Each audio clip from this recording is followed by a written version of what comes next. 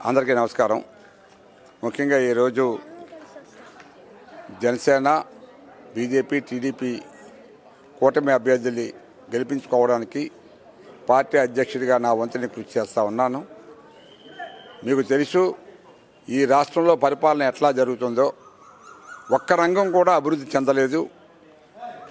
ఒక్కొక్క రకం మనుషులు కూడా ఈవేళ నానా ఇబ్బందులు పడుతూ ఉన్నారు. ఉదాహరణకి ఉద్యోగస్తులు ఇబ్బంది పడుతున్నారు, విద్యార్థులు ఇబ్బంది పడుతున్నారు, కూలి చేసుకున్న వాళ్ళు ఇబ్బందులు పడుతున్నారు. అట్లాగే ఎవరైతే ఉన్నారో రైతులు ఇబ్బంది పడుతూ ఉన్నారు. ఇలాగ చెప్పుకుంటూ పోతే అన్ని వర్గాల ప్రజలు కూడా చాలా ఇబ్బంది పడుతున్నారు. నువ్వు చెప్పిన హామీలు ఏవో నవరత్నాలు నువ్వు పూర్తి చేశానని చెప్తున్న మాటలు ఏవైతే ఉన్నాయో అవి నువ్వు 35% మందికి మించి ఇవ్వలేకపోయావు.